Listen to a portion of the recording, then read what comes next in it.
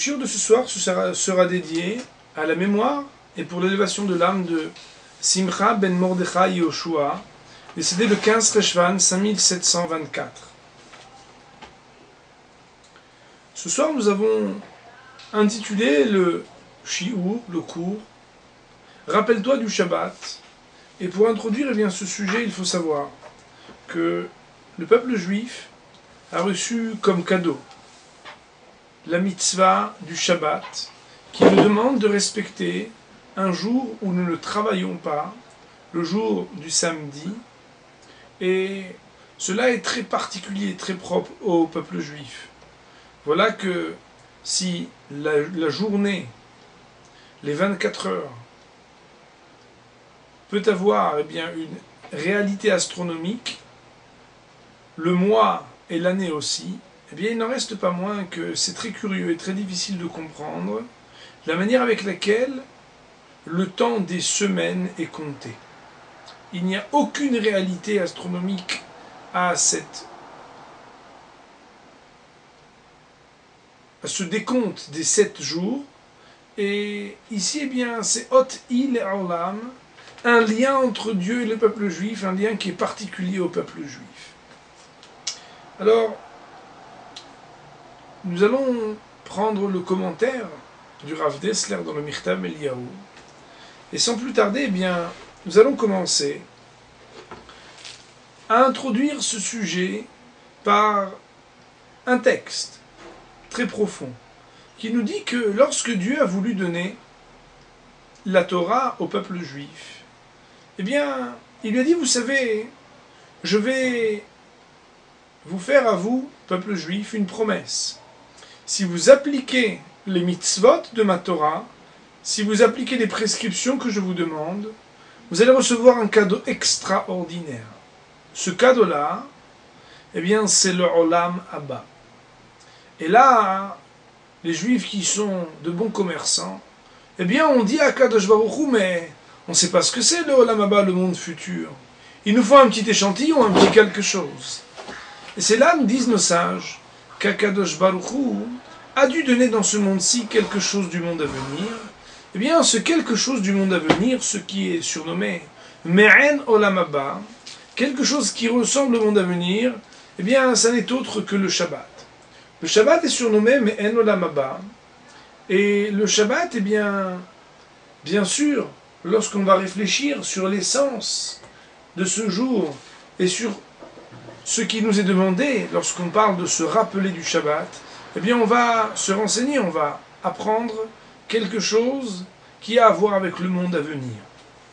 Alors, dans le Kiddush, que tout le monde connaît, il est marqué Vaychulu Hashamayim ve'aretz vechol tzva'am. On dit Vayichal Elokim et Yom HaShvi'i. Tout fut terminé, tout fut parfait, lorsque le 7e jour, le jour du Shabbat, de la création du monde, fut arrivé. Et donc, il existe une plénitude qui concomite avec la venue du Shabbat. Le Shabbat arrive et on arrive à Vayichulu, une plénitude. Or, ce qui est très difficile à comprendre, c'est que comme c'est Dieu qui a créé le monde, c'est comme c'est Dieu qui a créé tout ce qui était les 6 premiers jours, pour arriver à la plénitude, à la shlemut, il faut qu'il y ait auparavant chisaron, quelque chose qui manque. Et donc la question est de savoir, que manquait-il? Alors cette question est posée par le Midrash. Le Midrash va nous dire, il manquait la menuha, le repos. Ba'a Shabbat, ba'a menuha. Est venu le Shabbat, et le Shabbat a amené avec lui la menuha, le repos. Seulement, vous imaginez bien qu'on ne peut pas parler ici d'un repos physique et matériel. Tout simplement parce que jusqu'au premier Shabbat de la création, personne n'avait travaillé. Et puis, plus que cela, on nous parle de Vaishbot, que Dieu lui-même a pris congé de quelque chose. Et à propos de Dieu, il est très difficile de comprendre qu'on parle de travail. Alors, de quel repos s'agit-il ? Quel est le repos qui manquait pendant les 6 jours de la création et qui va être l'accomplissement, la plénitude, la perfection de la création De quel repos s'agit-il? Eh bien, nos sages vont nous dire que les 6 premiers jours de la création, c'est le fait que la volonté de Dieu se soit matérialisée. Dieu a voulu, Dieu a parlé, et le monde fut. Autrement dit, il y a eu matérialisation de la volonté divine, par la volonté divine, bien sûr. Et le Shabbat, c'est la Menoucha, c'est-à-dire le repos. Cela veut dire, nous disent nos sages, le repos du matériel. La perfection de ce monde-ci, c'est d'être capable, eh bien, d'avoir la Menoucha, c'est de prendre distance du matériel pour avoir le repos, c'est-à-dire le repos qui fait que, en prenant distance du matériel, je me repose du matériel dans le spirituel. Le Shabbat, c'est le monde de la spiritualité, et la semaine, c'est le monde du matériel. Seulement, vous savez que la manière avec laquelle la Torah nous demande de respecter le Shabbat, c'est de nous dire, eh bien, pendant les 6 jours de la semaine, Ve'asita kol melachtecha, tu feras tout ton travail. Mais le 7e jour, eh bien, Tishbot, tu devras chômer. Bien entendu, vous savez bien qu'il ne s'agit pas là de ce que nous appelons travail, mais comme le traité talmudique de Shabbat va expliquer, il s'agira des 39 travaux interdits qui étaient nécessaires pour l'édification du Mishkan, du sanctuaire portatif. En tout cas, on nous demande, eh bien, le 7e jour de chômer, et que pendant les 6 jours de la semaine, du dimanche au vendredi inclus, eh bien, nous travaillions. Et là, le commentaire de Rashi nous dit la chose suivante.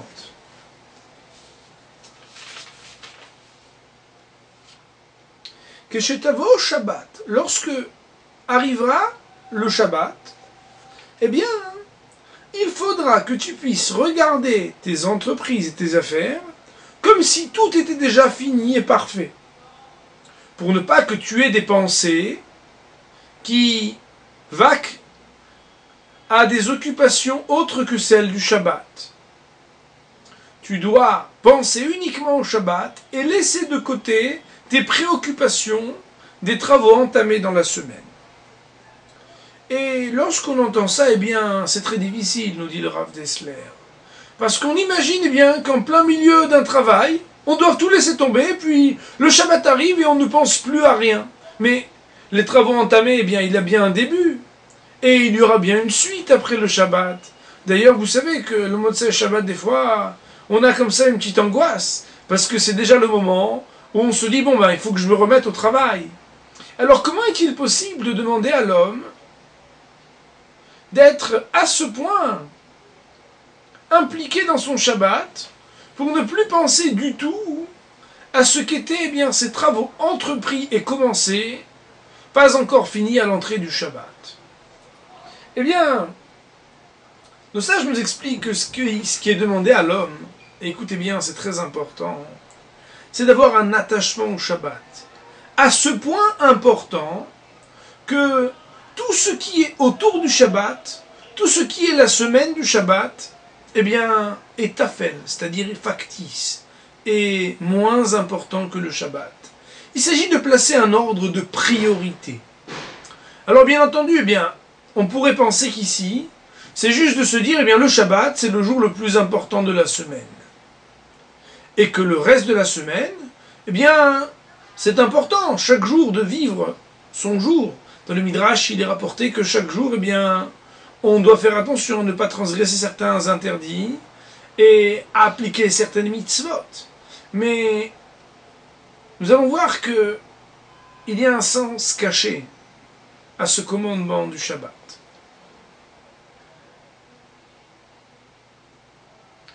Eh bien, pour expliquer l'idée qu'on va apporter, nous allons d'abord citer que le Gaon de Vilna, lorsqu'il parle de la matière, il nous dit que la matière, elle porte en elle une origine et un but. Une origine, c'est très simple, c'est que chaque objet a été créé, et le but, c'est que il a été créé pour une certaine cause, pour une certaine finalité. La vie et la création a un sens, il y a un début, une raison et une fin, un but. C'est ce qu'on appelle le mécor, la référence, l'origine, et le tachlit, le but de chaque chose. Le Shabbat, si on regarde les jours de la création, c'est le but ultime de la création. On commence le premier jour, deuxième, troisième, quatrième, cinquième, sixième, et le Shabbat vient être le but de ces 6 jours qui se déroulent, pour recommencer ensuite, du début jusqu'au but, du Mécor, de l'origine, le premier jour, le premier instant, le Bereshit, et arriver jusqu'à ce Shabbat. Le Shabbat est le but, le Shabbat c'est la distance avec la matière, le Shabbat c'est le repos de tout ce qui est matériel pour aller au but. Eh bien, qu'est-ce qu'on apprend de là? Nos sages nous disent que dans la Torah, il est marqué, vous le savez bien, Zachor et Ayom à Shabbat. Rappelle-toi le jour du Shabbat. Entre autres, nous apprenons le fait que, par exemple, il faille faire le Kiddush. Parce que dans le Kiddush, eh bien, on va rappeler et on va sanctifier le jour du Shabbat. Pardon. Nous allons faire aussi la Havdalah, cette prière qui vient démarquer la fin du Shabbat et le début de la semaine à venir. Mais Zachor, ça veut dire quoi, se rappeler du Shabbat? Eh bien, se rappeler du Shabbat, nous dit le Sforno, un très grand sage, commentateur de la Torah, c'est de se rappeler toute la semaine du Shabbat. Tout simplement, se rappeler du Shabbat, le Shabbat, c'est vrai que c'est important, mais on pourrait presque dire que cela va de soi. Se rappeler, c'est là où on eût pu l'oublier, et on a la mitzvah de faire un effort pour se rappeler. Eh bien, c'est d'arriver à ce que les jours de la semaine aussi, nous nous rappelions du Shabbat. Et l'idée, c'est d'arriver à faire que les actes que je vais réaliser depuis le dimanche et jusqu'au vendredi, je fasse quelque chose qui me rappelle le Shabbat. Et bien, maître, vous savez bien que Shammai, le célèbre sage de la Mishnah Shammai, avait l'habitude de faire son marché.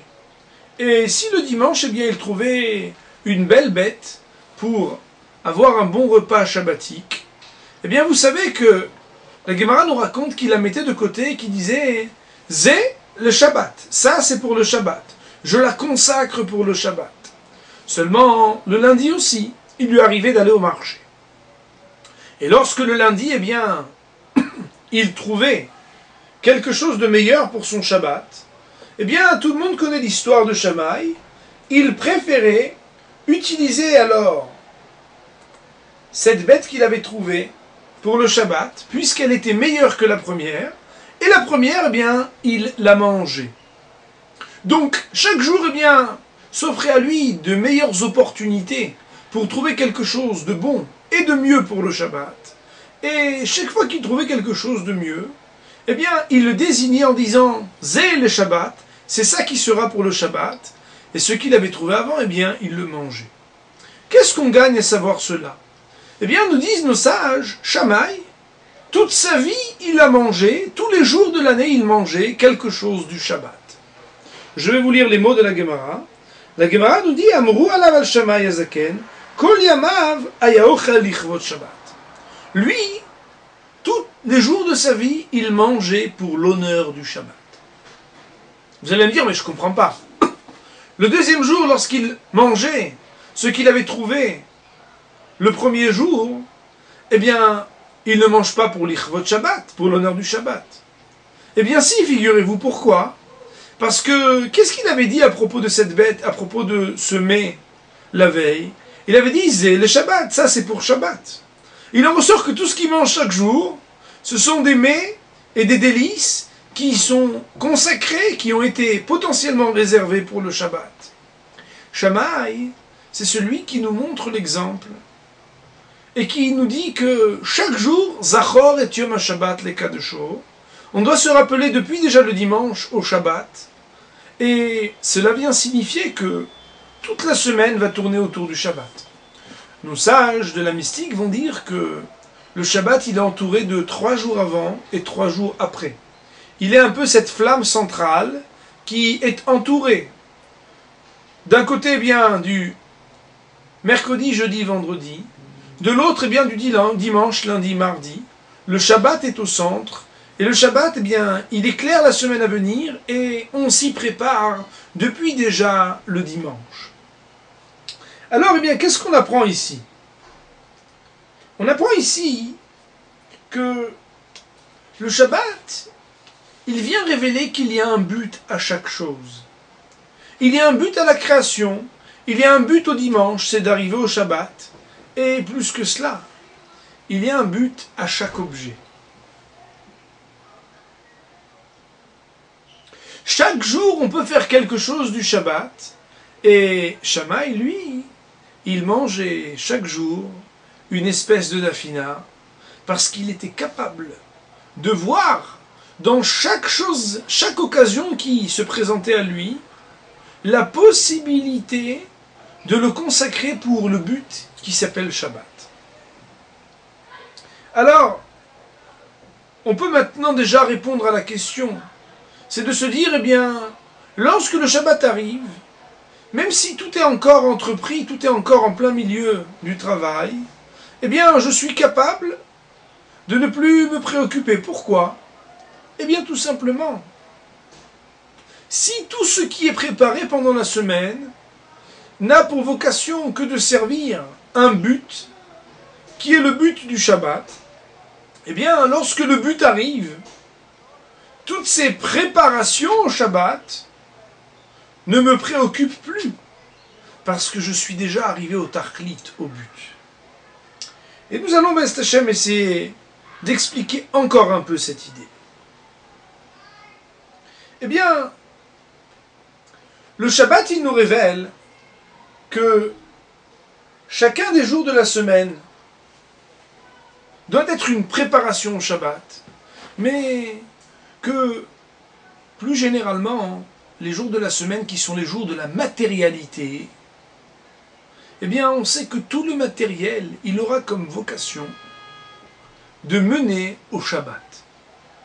Et là, il va falloir bien écouter, parce que l'idée est un peu profonde, mais avec l'aide d'Akadosh Baruch Hu, nous allons essayer de bien la comprendre. Vous savez que lorsqu'on dit que le Shabbat est le temps de la spiritualité et que la semaine est le temps de la matérialité, on pourrait se poser une grande question.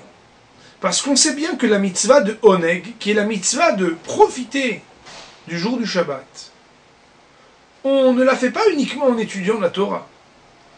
D'après les décisionnaires, certains vont dire que c'est une mitzvah de la Torah de faire un kiff le Shabbat. On va acheter toutes sortes de bonnes choses, puisqu'en plus la Gemara va nous dire qu'on n'est pas limité dans les budgets lorsque, sans avoir besoin d'emprunter, on souhaite dépenser pour le Shabbat. Et chacun va avoir quelque chose de délicieux, quelque chose qui lui permet de se délecter. Les délices du Shabbat, c'est le oneg, ça va être une bonne viande, un peu de bon vin, et de beaux habits, une belle nappe, de beaux couverts, enfin, tout ce qu'il y a de plus matériel. Alors comment expliquer que le Shabbat, c'est de parler de la finalité, du repos, du monde matériel, alors que lorsqu'on me demande de me délecter, eh bien au lieu de me parler uniquement de spiritualité, on me donne des mitzvot et on me dit que je me délecte comme il se doit lorsque je profite de tout ce qu'il y a de plus matériel et on pourrait dire ici de plus bas. D'autant plus que d'après le Zohar, eh bien il est marqué que le oneg, c'est-à-dire le délice du Shabbat, doit se faire al Hashem, en se délectant de Dieu. Alors là, on ne comprend rien. Pourquoi? Parce qu'on se dit, ben, on est à côté de la plaque. On se trompe totalement. On est en train de croire qu'en se faisant plaisir, eh bien, on applique la mitzvah du Oneg Shabbat, en mangeant de la viande, en buvant du vin, en faisant toutes sortes d'actions qui ont une réalité matérielle, on applique la mitzvah de Oneg Shabbat, et pourtant, eh bien, à en croire le Zohar, et puis à en croire le début de notre développement, si le Shabbat c'est parler du but, si le Shabbat c'est parler de la spiritualité, eh bien, on manque à notre devoir en utilisant des moyens matériels. Le secret qui nous est livré par le Rav Dessler est le suivant, écoutez bien. On sait bien que quand Akadosh Baruch Hu a créé le monde, quand il a créé une dimension matérielle au monde, quand sa volonté a été matérialisée, eh bien, c'est uniquement pour que d'une manière ou d'une autre, nous puissions percevoir son kavod. Vous savez bien que Akadosh Baruch Hu, ce qu'il souhaite, eh bien, c'est qu'on dévoile quelque chose de sa vérité dans le monde. Aussi, et comme le dit la Mishnah dans le Maxime des Pères, Kol ma shebara Kadosh Baruch Hu be'or lamo, le berao el alichvodo. Tout ce que Dieu a créé dans le monde, il ne l'a créé que pour dévoiler quelque chose de spirituel. Autrement dit, il y a un but à chaque objet matériel, et ce but, eh bien, qu'est-ce qu'il est? Ce Shabbat de chaque objet matériel, qu'est-ce qu'il est? Eh bien, il est quelque chose de spirituel, quelque chose de Dieu.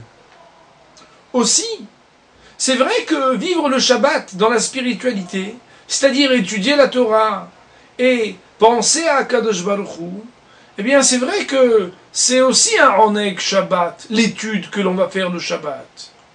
Mais faire la leçon de ce qui s'appelle Zachor et Yom HaShabbat, se rappeler du Shabbat, eh bien ça consistera beaucoup plus à être capable de se rappeler du Shabbat dans la semaine, cela veut dire prendre ce qu'il y a de semaine, ce qu'il y a de matériel, et pouvoir rappeler avec ça ce qui constitue le Shabbat, c'est-à-dire ce qui constitue le spirituel. Autrement dit, la semaine c'est le matériel, le Shabbat c'est le spirituel, me rappeler du Shabbat même dans la semaine, c'est-à-dire utiliser ce qu'il y a de matériel pour l'élever vers sa finalité et en faire bon usage. C'est l'usage du Oneg, c'est l'usage du spirituel.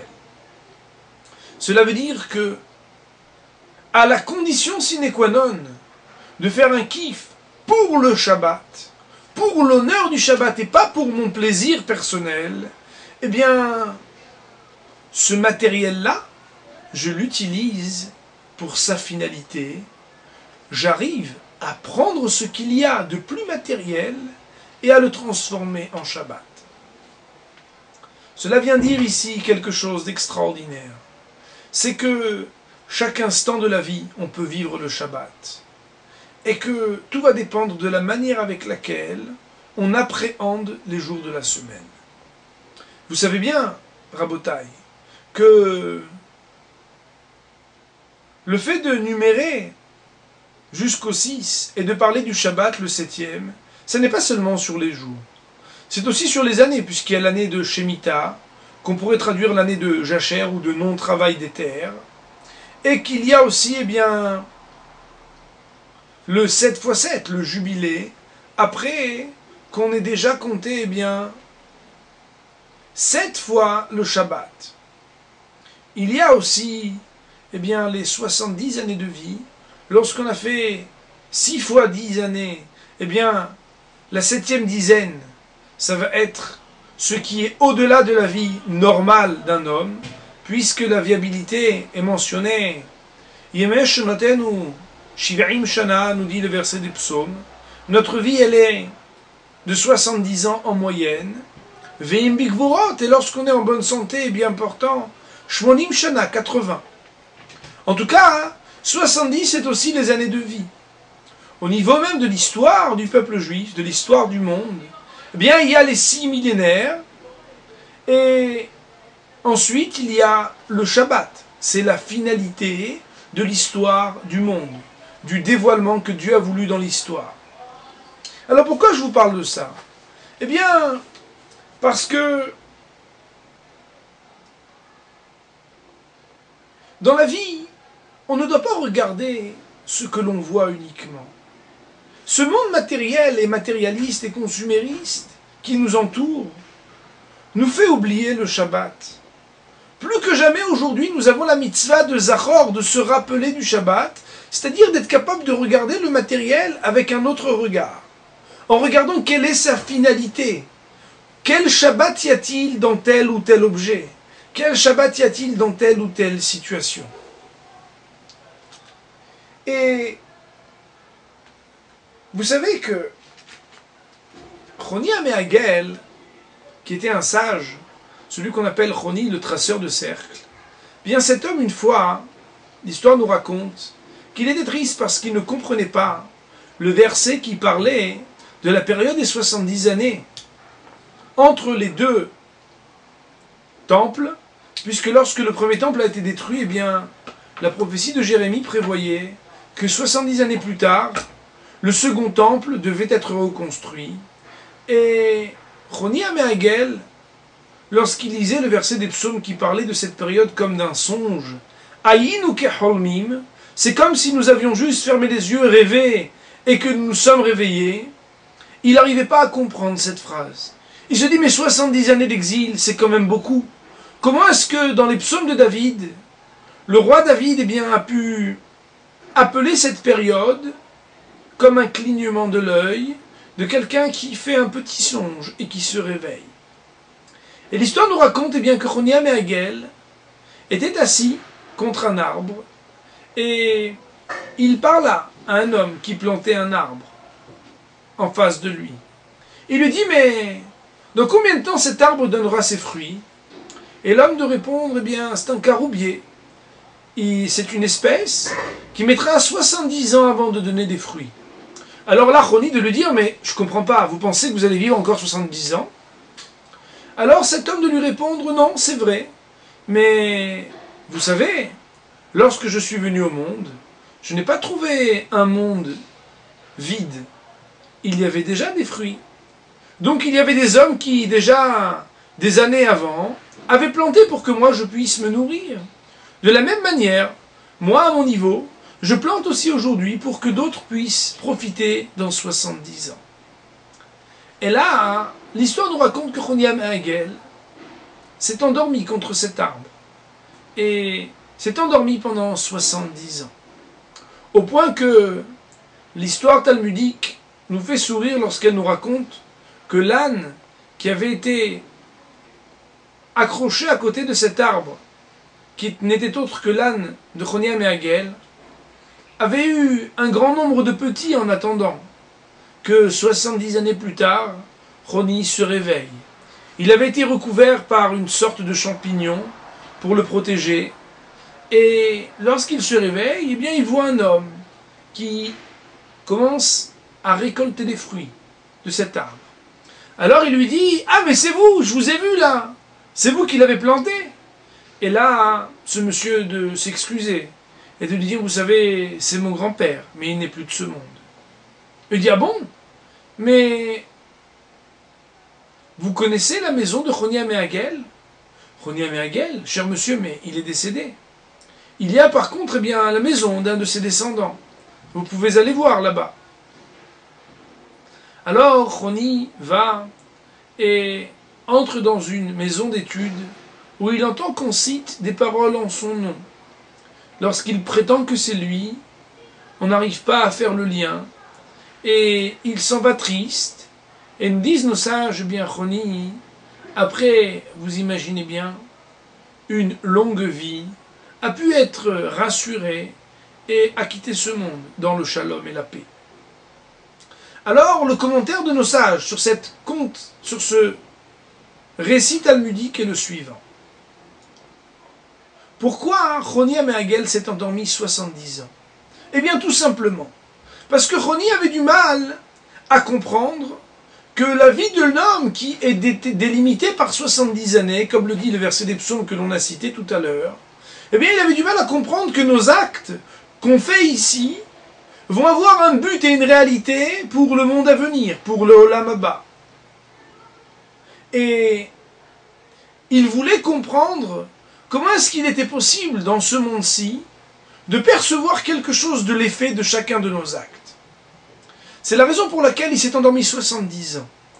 Et au terme de ces 70 ans, il a vu que même dans ce monde-ci, lorsqu'un homme plante des fruits, il existe un échantillon de ce qui se passe à l'échelle de toute l'humanité lorsqu'on fait des mitzvot, que lorsqu'on est encore en vie, on agisse, nous fassions des actes qui n'ont d'effet que lorsque nous pourrons arriver dans le monde futur, après un minimum de 70 ans, on va dire d'âge moyen, de mortalité. C'est ainsi que Choni a pu être rassuré, à la fois de comprendre qu'un songe peut durer 70 ans, et qu'aussi des actes que l'on fait maintenant pourront donner leurs fruits que 70 années plus tard. Pourquoi je vous parle de ça? Tout simplement, c'est parce que le rapport entre l'instant et le Shabbat, c'est le rapport entre ce que je vois et la finalité des choses. Être capable de se rappeler du Shabbat, c'est d'être capable, à chaque instant, de regarder la finalité de chaque chose. Chaque objet, il est créé pour une raison et avec un but particulier.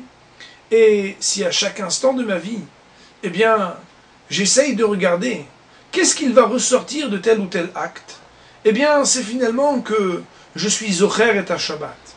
Se rappeler du Shabbat, c'est se rappeler que chaque jour, chaque instant, chaque minute compte, parce qu'on est là pour se préparer et pour faire quelque chose pour la finalité, c'est-à-dire pour agir pour ce qui s'appelle le Shabbat. Le Shabbat, c'est le but. Le Shabbat, c'est la finalité.